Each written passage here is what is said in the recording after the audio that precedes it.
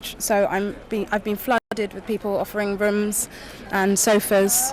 So it's really fantastic how we've all come together, but it's at a cost. Of course. What have people been saying this morning? What are people reflecting on? I think people are in shock. People are angry. The refurbishment that you mentioned, I think, has played a big part in the fire, and it spread so rapidly. The plastic cladding was like paper. It just burnt straight through. And so people are angry and people want answers. There were many warnings. People raised their concerns and nothing was done about it. And it's our home community, and it might not matter so much to Westminster, but it matters to us. We're angry and sad.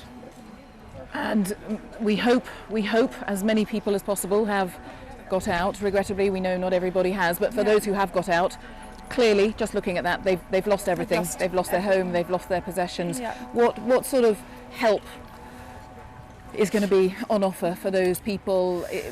As someone who's grown up here, do you think people will be doing what you're doing, opening up their doors, saying come and stay? Absolutely. People have been amazing this morning. Really, I'm not the only one making lists of accommodation. People willing to give up their rooms and houses. Just community centres opening their doors, Westway Sports Centre closing to the public, but opening it up to people who've lost their homes and friends and everything. Yeah. And I know you said to me you phoned your boss and you said you're not going into work today. I can't do it. That's just you're too upset. I want to stay here, and I don't know how much more I can help or what I can do to help, but I feel this is where I need to be right now. Yeah. And I hope everybody that you know and love is safe this morning. I believe so. It's not the time to check just yet. I think the time is just to use our positivity to help those in need. I'll check in due course. Yeah. Well, Tasha, we hope as well that everyone is safe in your world. Thank you very much indeed. We wish you all the best to all your friends and family. Thank you very much indeed. Thank you. And Tasha's story, as she alluded to, is not unusual. I have been really struck by the number of groups of people I've walked past since we've been here in the last couple of hours who are trying to do their bit, trying to help. Lots and lots of people grabbing bottles of water, food, taking it around to people, offering it to the emergency services. I saw the police at one of the cordons around the corner. A lady turned up with an entire shopping trolley full of food and drink and just said, "This is for all of you. This is for anyone who's working so hard today. Please have everything in this trolley." Let's talk to our correspondent Helena Lee. Helena, explain where you are this morning and what you're hearing from the medics there. Well, Jane, we are outside Chelsea and Westminster Hospital in West London. We're probably around 3 miles or so away from where you are, the location of that tower fire. Now, this is one of 5 hospitals which are treating over 50 patients. So in the early hours of this morning, some of those patients were brought here to Chelsea and Westminster Hospital. It's a busy London hospital. It's got an A&E department here, but crucially here, they've got a specialist burns unit. And so I'm told some of those who were more severely injured, who were suffering from pretty severe burns, would have been brought here to Chelsea and Westminster Hospital, and they've got dedicated burns specialists here to treat them. We don't know yet how many patients have been treated here at this hospital.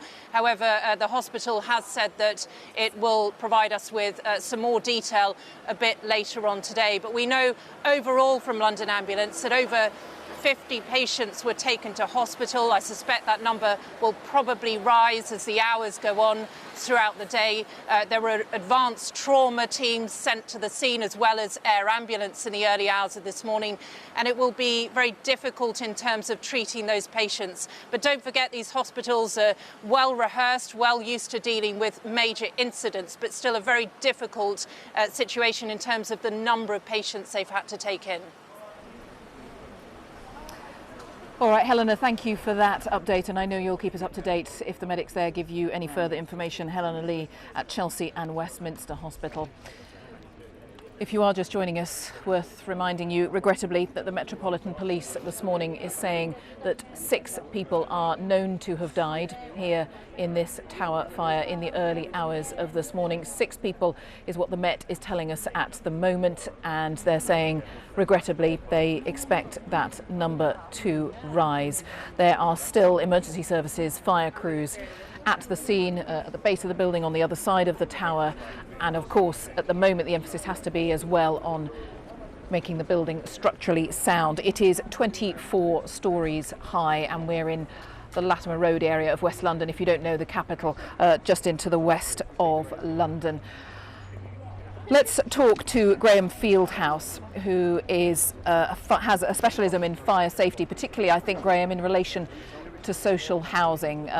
Thank you so much for joining us. The one thing that we are hearing time and again here is just how quickly the fire spread. So I'm interested in what you make of that specific detail.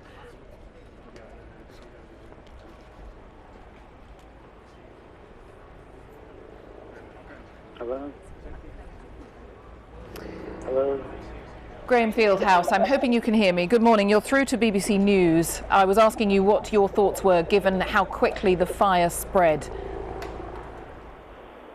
This is Niall Rowan here from the ASFP.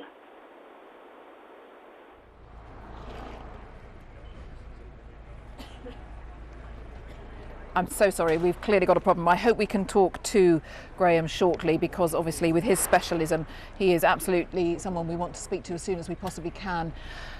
Just worth pointing out with you, it's a grim scene to keep looking at, I know, but we have just seen in the last few minutes to the right of the tower block here, you'll see another fire, I would say perhaps midway up this block, 24-storey block. Very nearly midway over to the right-hand side, you will see a flat on fire there, and then over to the left-hand side of the tower block, the water jets, and I think that is the crane that our correspondent Weira Davis was talking about to me a few minutes ago, and that crane is being sent up again with the water jets. But the fact that this is still burning now, what are we, 11:30 in the morning, and this fire began at 5 to 1 this morning. That many hours later, there is still a fire in one side of the building there. An absolutely desperate scene, and it's a sight that nobody expects to see in this country in 2017. That is really what you take away from that. Let's hear from one eyewitness who spoke to Victoria Derbyshire a little earlier. There was a sudden bang at the door just before 1, and when I went to investigate, and I was greeted by a smoke and some dark cloud. So the bang at the door was someone knocking on your door to wake you up? To alert us, and once I opened the door there was so much smoke, I shut the door right back. There was no one standing there because obviously the person attempted to knock further more doors, at which point I closed the door, got some towels, wet them. I alerted my wife down the corridor screaming, "There's fire, fire, get out." So we wetted up some towels, went into the kids' room, wrapped them and the towels over their heads, and proceeded to just exit the premises. Where it was so dark and so much smoke was there. There was people running down the stairs. It was people, some people even had some luggages. It was just so much confusion. There was no sound of alarm or bells whatsoever. Is there a fire alarm in Grenfell Tower? Generally, there would have been a fire alarm that would go off in such incidents, but there was none. And, we only heard the alarm after 1:30 a.m. So this was like an actual fail in terms of safety measures that should have been in place to alert the residents. So no fire alarm, but someone not banging on your door. You get your wife, you get your 2 young children. I knocked also on a neighbour that was on my right-hand side, where I gave a good 2 kicks. Just kept running because at this point I didn't want the kids to be inhaling any more smoke. This is so dangerous. I didn't want to collapse in the middle of it. We had to make sure. Could you, as you were trying to run down the stairs, how far ahead of you could you see? How dark was it? It was too dark. You could barely, arm's length. The whole fire started off on the 4th floor, and I live on the 4th floor. How do you know that? Because once we were going down the stairs and we came to the ground floor, exiting the premises, I was confronted by my neighbour who lives at number 16. He said, look, are you okay? He was, checking me and the kids. I said, you all right? You okay? Is your wife out? Because I do know that his wife also resides in the premises. So I did show concern and I said, where is your wife? I haven't seen her. He said, no, it was just me. It was my house. My fridge exploded. The guy who lives next door to you on the fourth floor said his fridge exploded. He said his fridge exploded. At which point the fire brigade were well aware of it. The supervising, the senior fire brigades were also there when they took some statement or some sort of understanding from him and what was going on. Mahad, sorry to interrupt. What time was that then? But what time was it when you got out at the bottom of your block of flats? This is no later than 1:10. This is no later than 1:10. And at that point, there was smoke on the fourth floor, down the stairwell. Clearly in your next door neighbour's flat. Yep, it's going up to the 5th floor through the stairs. The doors were just open because people are just constantly going in and out. One eyewitness talking to us here on BBC News just a little bit earlier this morning. I think we can now speak to Graham Fieldhouse, who we were trying to talk to just a few moments ago. He's a fire safety expert. Graham, I hope you can hear us okay from here in West London. Thank you very much for your thoughts this morning. And I'm particularly interested to talk to you given the number of people who are reporting just how quickly this fire took hold. Yeah, well, firstly, condolences to those who have lost ones and those who have been affected by this. It's clear that the building had recently had cladding of an ACM cladding cassette put on the external parts of the building, which is quite clear from the pictures has certainly been the cause of the fire spread going up the side of the building. But there are a number of other areas of concern that one would need to raise, and that is, why did the escape routes within the means of escape get so quickly fire clogged?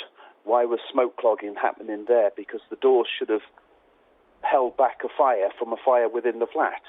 So people should have had at least half an hour to evacuate the building, and that doesn't seem to have happened here.